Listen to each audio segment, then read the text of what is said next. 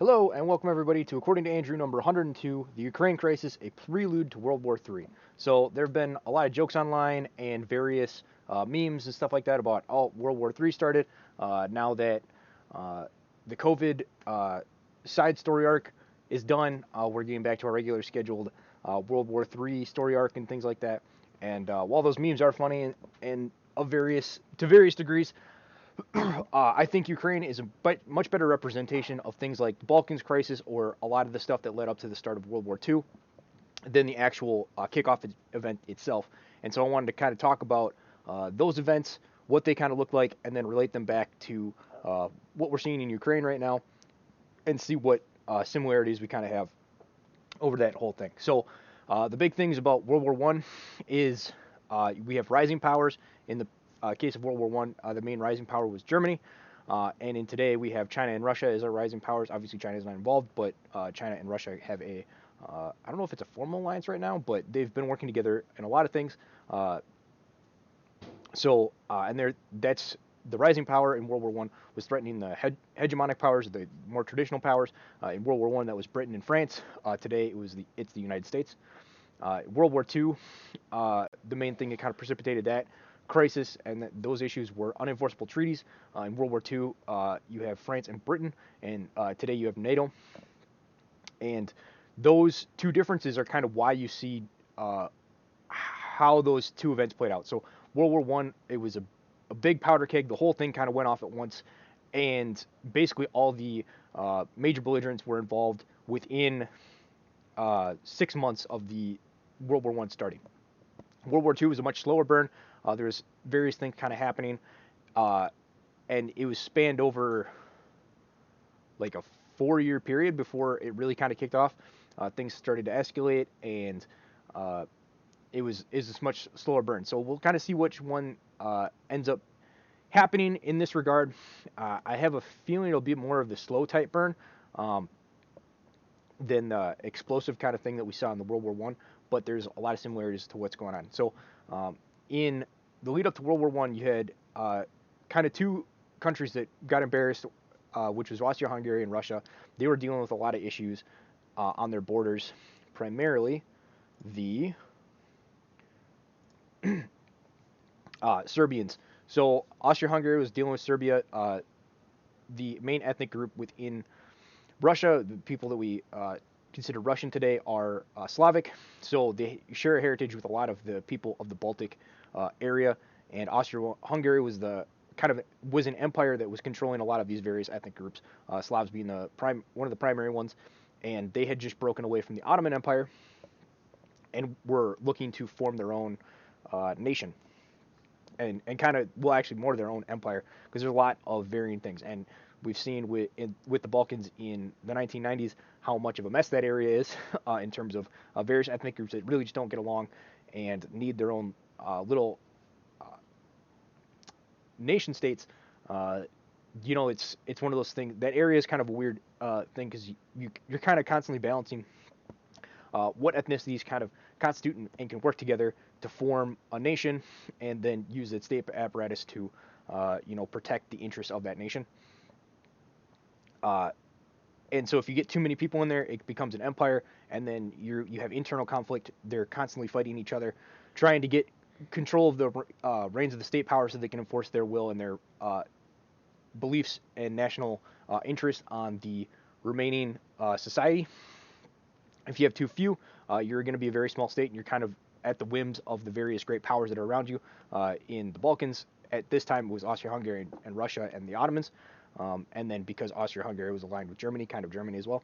Um, and so you kind of got to have, in the game of geopolitics, you kind of have to strike a balance on these things. This is especially apparent in the European continent, where especially since the collapse of the Russian Empire, it's been a very fractionalized society, and there have been a lot of small and different political entities that have formed and broken apart throughout the areas. Italy's very also a good example of a very fragmented political structure within um, Europe, where as you compare that to like France, for example, has been very unified. A lot of this has to do with um, what's it called, geography as well. There's a lot of natural borders that kind of work into containing uh, the people of France, and so they've kind of been able to form a cohesive unity and identity over time with that. Whereas some of these other areas they don't have as much, and so they're much more susceptible to being conquered by their other peoples and stuff like that. And so they've always been under the leadership of various empires and kind of had to make the best of what they had. There's various groups like the Cossacks and stuff like that within Russia that fall into this kind of situation. So that's the kind of thing that we're working at. But uh, basically, the Ottoman Empire, there was a conflict within the Balkans, and the Serbias, and then were able to break away. Austria-Hungary was worried about Serbia becoming a regional threat to them within the Balkans area, uniting Bulgaria, Romania, that you can kind of see there, the Croats, things of that nature, and the various other Slavs that existed within the Austria-Hungarian Empire. And then that would lead to the potential collapse of the Austro-Hungarian Empire because of the amount of ethnic groups within that empire. It was already very unstable, so this was a threat to them. They ended up kind of taking this area over. Russia was looking to move against them to prevent them from doing this, and Germany was like, we got Austria's back because Austria helped them out in the Moroccan crisis, which we're not going to get into. And because of this kind of bolstered Austria-Hungary's thoughts on, okay, well, Germany's got that blank check, they got our backs kind of thing. And then Russia had just kind of suffered this embarrassment that they didn't really want to live down. And on top of that, they have another embarrassment that happens a little bit later with the Russo-Japanese War, where it was the first time that a European power had been beaten by a Eastern power, and that kind of created uh, a crack in like the idea that the West was impervious and nobody could kind of top or beat the military expectations of the West, and most of the West was able to write this off as, oh well, Russia's a backwater. It's not nearly as developed and things of that nature. And this wouldn't really come to the forefront until World War One, World War Two were played out, and they really lost their sense of identity and uh, uh, the impregnability of Western civilization because they just tore each other apart during the two world wars. Uh, so the reason that this kind of looks like this right now is because Ukraine is not in a formal alliance with NATO. There's no formal alliances with Serbia at this time. I don't think. Maybe Russia just said like basically we got your back, and then they ended up pulling the trigger that started World War One.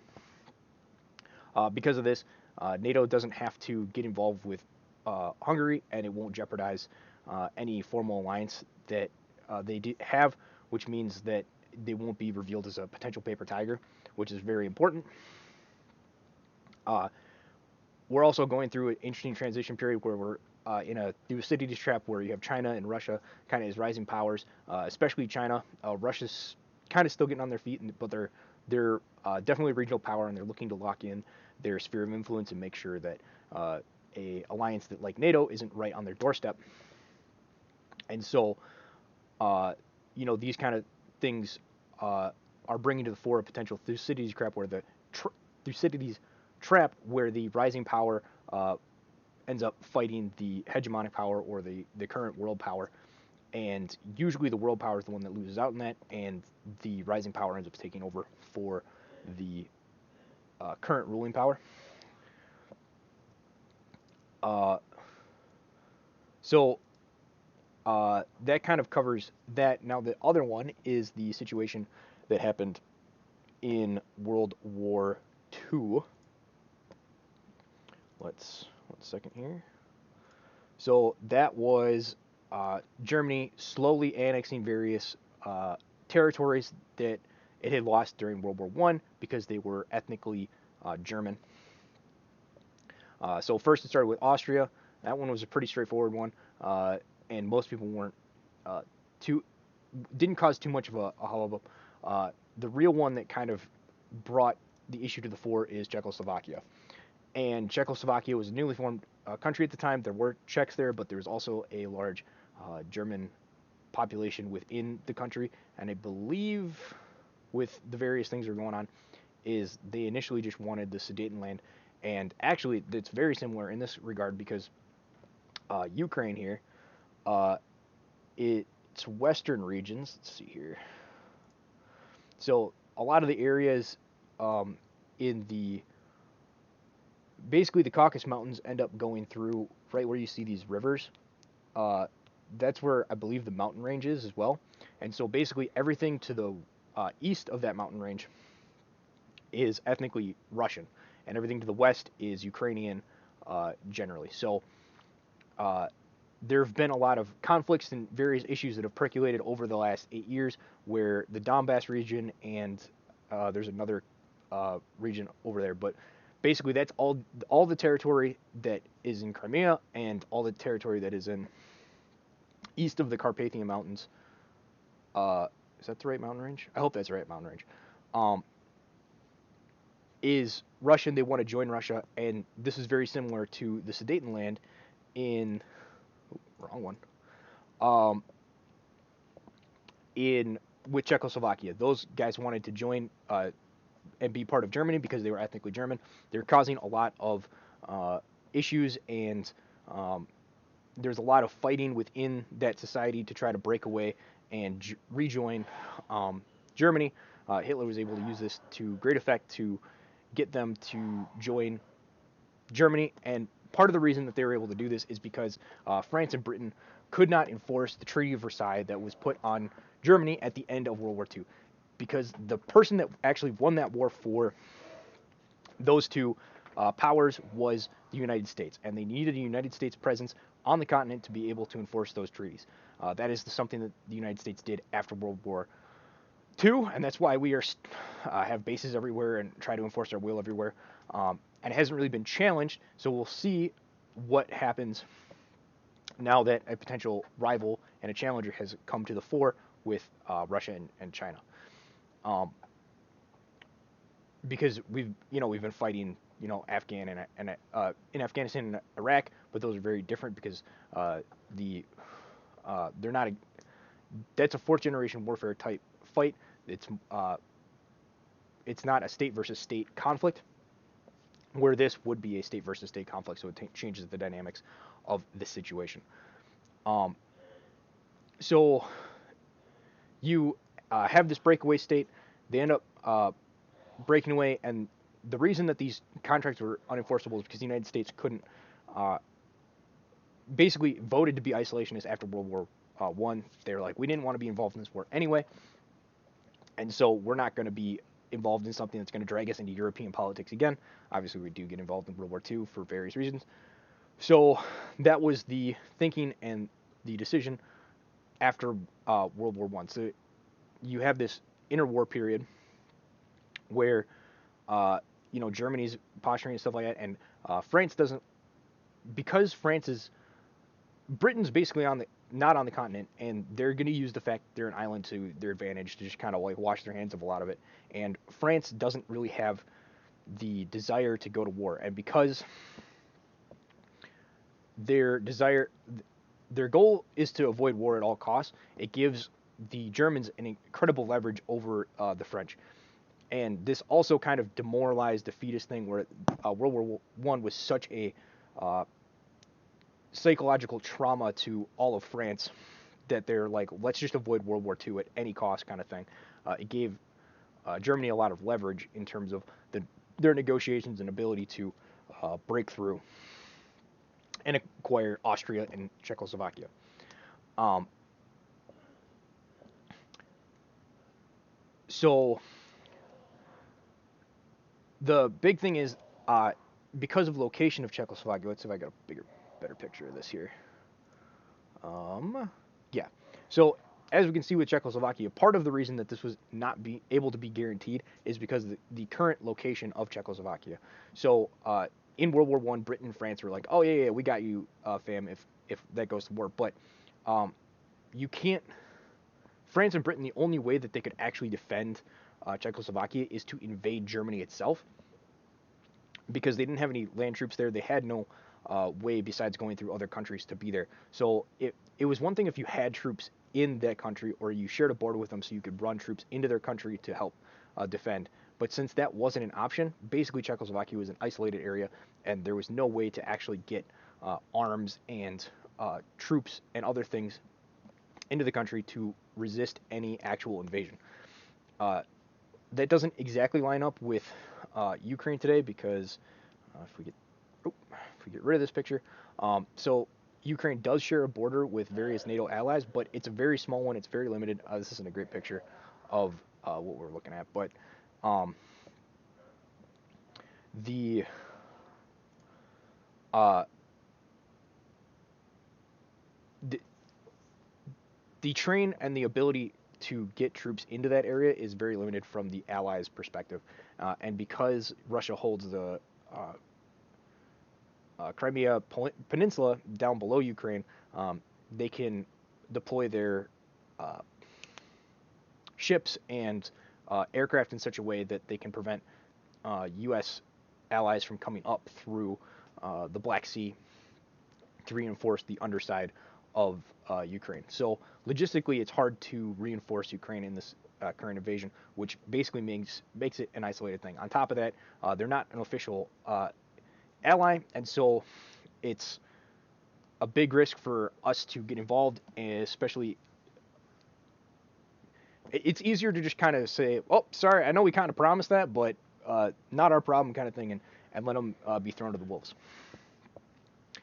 This is not the case with a situation like Poland if they end up getting invaded, and so it's very interesting because Poland now looks a lot like the Poland of World War II. Actually, is placed in a very similar situation to a potential Poland of World War III, um, because through various political and uh, dynamics and situations and positioning that Poland did in the lead up to World War II, they were able to uh, actually make France and Britain kind of acknowledge uh, their alliances and say, yeah, we'll help you, and it actually got them involved uh, in a war with Germany. Now, uh, it didn't stop Poland from getting conquered by the USSR and Germany, and it also um, didn't stop France from getting conquered, and Britain just kind of sitting on its island until the United States came to bail it out. But it uh, it was the thing that was able to kickstart World War III. And there is a rumor that that might actually be happening in a similar sense today, because Putin has an incentive to try to show that NATO is a paper tiger and get the entire system to collapse along with the EU, because that will allow him to exert a much greater sphere of influence and basically put bring his sphere of influence of Russia basically back to the old Warsaw Pact countries, and this is very advantageous to Russia because Russia doesn't have any natural borders, and it's basically uh, the way it defeats you is by requiring you to have such long logistics trains to get to its capital in Moscow and things like that, that you can't maintain them, and then they end up collapsing, and then that's when they push you back and destroy you because it's a lot of open, flat plain. It gets very muddy in the winter, and therefore it's hard to go through that area in the winter, or in the spring and the fall, which is why the two times you basically have to, as much as they say, uh, use general February and general January and February is in Russia. Logistically, with tanks and stuff like that, it's a lot harder to invade Russia in the spring and the fall because of the amount of mud and stuff like that. You're going to have tanks sinking and various vehicles that aren't going to be able to get through the field and such across such a large front that is Russia. Whereas in the winter, the ground is frozen, and in the summer, it's solid enough that you can actually drive across these things. It's an interesting thing that people, because of the failures of the likes of Napoleon and stuff like that, um, and Germany in World War II, it's something that people give them grief for. But once you kind of know that thing, that extra little detail, it does kind of reshape your opinion on why certain decisions are made when it comes to the invading of Russia, which has only been success. And trying to defeat Russia, which has been successfully done by the Mongols, and uh, World War One Germany by sending in Lenin to send them into civil war. Um, so, which okay, I'm gonna get into that first, and then we'll get back to Poland. Um, and so so Tsarist Russia and the United States. This is another thing that ties into the World War One. See, there's a lot of similarities between these kind of two conflicts. Um, so in World War One, the United States, uh, Tsarist Russia had a lot going for it, but it also had a lot of internal conflicts going on. There had been uh, attempted revolutions a couple of times, basically starting in the 1890s. Uh, Tsar Nicholas was trying to maintain his control as the last absolute monarch within Europe. Almost all the rest of them had become parliamentary monarchs, or to some extent, and had done a lot of reforms and liberalized a lot and stuff like that, because there are a lot of pressures from the various populations to move in that socialist kind of direction. And so you can kind of see with the discontent of the populace that a lot of that's going on. Um, and so the Tsar saw World War One as an opportunity to unite the people, and initially it worked, much to the dismay of the Communist International. And in the United States, you could argue that that same thing would happen, but uh, I think that powder was basically burned to get the Afghan and Iraq wars, and because those dragged on for 20 years, and just well, I don't I think the Iraq war might still be going, and then Afghan just got wrapped up by Biden. Obviously, the whole debacle, but at least we're out of there. Um, People are not going to be primed for another war. The war weariness within America is just too high right now, and so this idea of uniting force by with this whole conflict and stuff like that that comes to the fore is very different. On top of that, in World War One, you had basically Germany and Russia shared a border, and so it was you had Germans marching into Russia. That is a very different situation than the United States, where it's like, do you want to fly all the way to Europe and then go invade Russia? It's like, no. So that's the kind of situation. And because of the current political unrest and the political things that are going on in Russia, you had a lot of assassinations, revolutions. They had the formation of the Duma, which is basically a constitution or a parliament type system. They tried to do reforms and pressured the czar, and there's a lot of back and forth between that whole thing. I believe the Revolutions podcast has a good series on this that really outlines a lot of kind of these back and forths and how this stuff develops. And then there's a lot of rapid social change within both these societies. Today we had like social media and stuff like that. It's really changing how we interact with various people. It's causing a lot of tension. Then they had industrialization. They were switching very rapidly from a serf society into a fully industrialized side of society that was causing a lot of issues and resentment within the population, as it wasn't a smooth transition. There were a lot of anachronized social conventions and stuff like that that weren't compatible with the updating technology of the time, and a lot of that stuff needed to be updated, figure out like a new uh, doing things the same in with new order technology kind of thing, and that was still being sorted out. It was causing a lot of discontent because uh, there there's a lot of wasn't a lot of great minds within the society to figure that out. On top of the nepotism within it to make it so that those people that maybe could have sorted those issues out weren't going to be within that society. There's definitely reason for that. People within those societies don't usually the people within those societies, things usually go well. But anyway, so how will Poland kick off World War III? Because I guess we're tying that in. So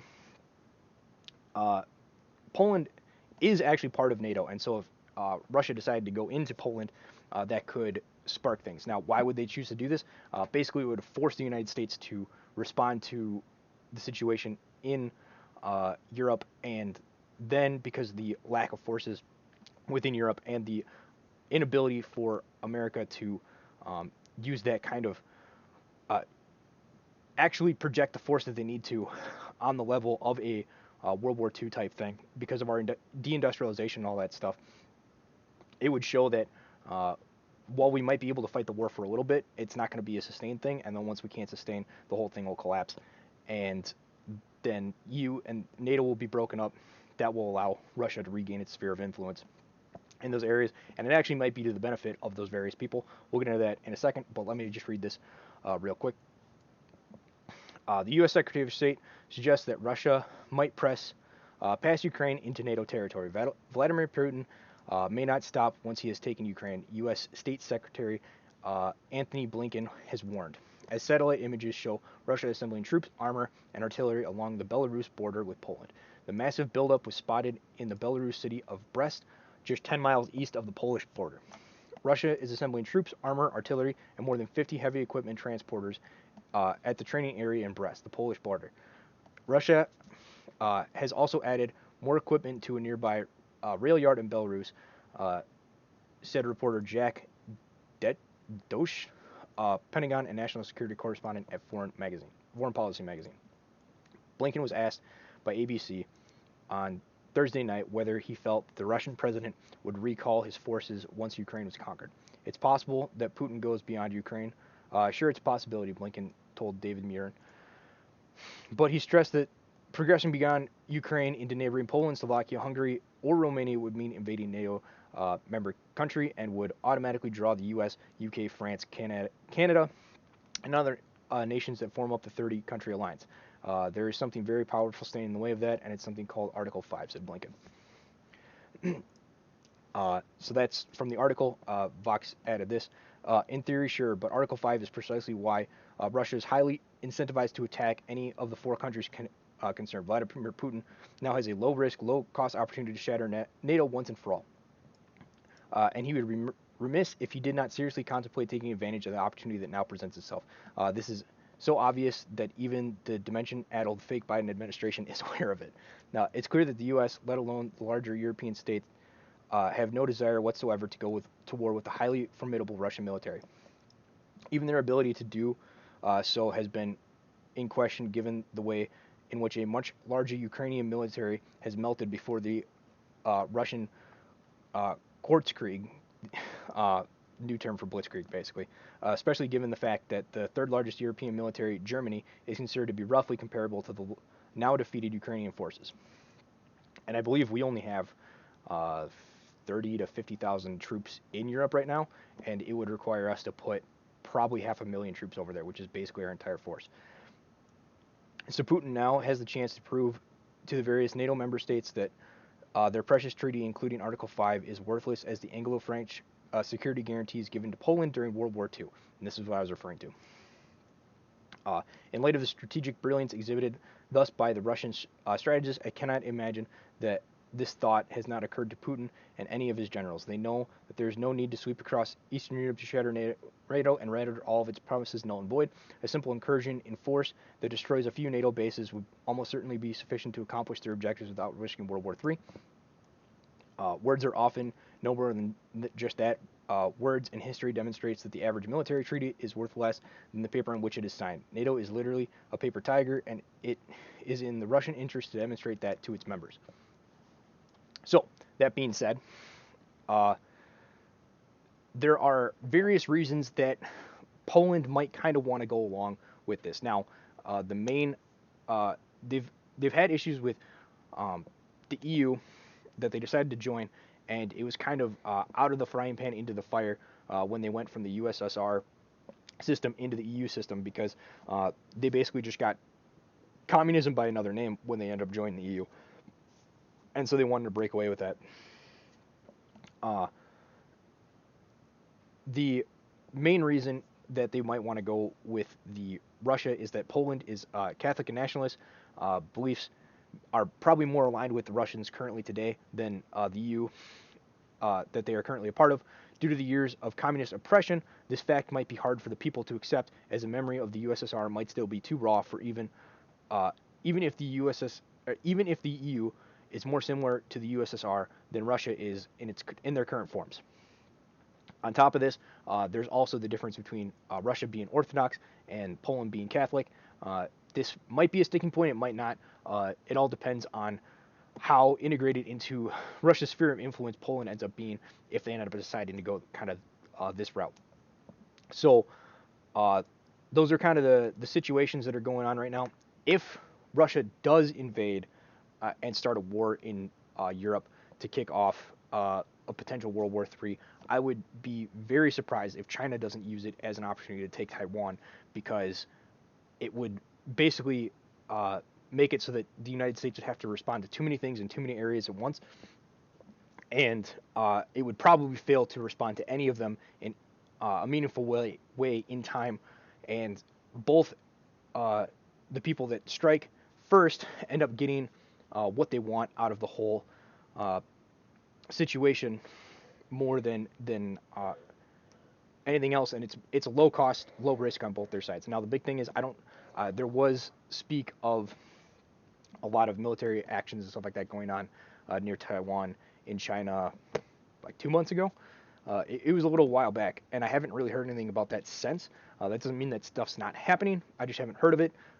So I don't know at what level, if the Russian or if the Chinese military is mobilized to a point that they could take advantage of a Russia pulling one of these moves. And there is a possibility that since Russia did kickstart this thing in Ukraine, they might kickstart something in Poland, that China is gearing up and getting ready, and they're going to try to coordinate their assaults on the two uh, uh, political targets that they have, geopolitical targets, um, and from there be able to shatter the neoliberal world-based order shenanigans that the U.S. is currently trying to defend, um, and causing many issues with NATO and stuff like that, and trying to basically cause issues with Russia and stuff like that, and causing conflicts that we just straight up don't need um, for really no reason. Anyway, those are kind of my thoughts on it. Hopefully that made sense. Hopefully you guys learned something about the various histories of these things, and hopefully I tied it back into what was going on in today's sense and what we might kind of expect to see over the coming weeks. The Ukraine crisis will probably be a 2 week affair. I would say that uh, if it, I don't know if Russia would want to finish the Ukraine thing before kicking off the Poland thing, or if while all the chaos is going on in Ukraine, they want to kick off a tactical strikes on NATO bases within Poland as a show of force kind of thing. Uh, it all kind of depends on how Russia feels their militaries, how thin they feel their military spread and all that stuff. But those are kind of the various things that are happening and what we might kind of expect to see, and why this might be a lead up to World War III, but I don't see it as the actual World War III. If you guys got any thoughts on it, any history of your own that you'd like to contribute, leave a comment down in the comment section. I'd love to read them, kind of get your perspectives on them. We're on BitChute, we're on YouTube, we're on uh, all the different podcast platforms: Podbean, Apple Podcasts, Google Podcasts, all those, all that good stuff. Spotify, I think I'm on that too. So get it wherever you prefer to consume your content, and hopefully you guys found this interesting. Thank you guys for listening, and have a good day.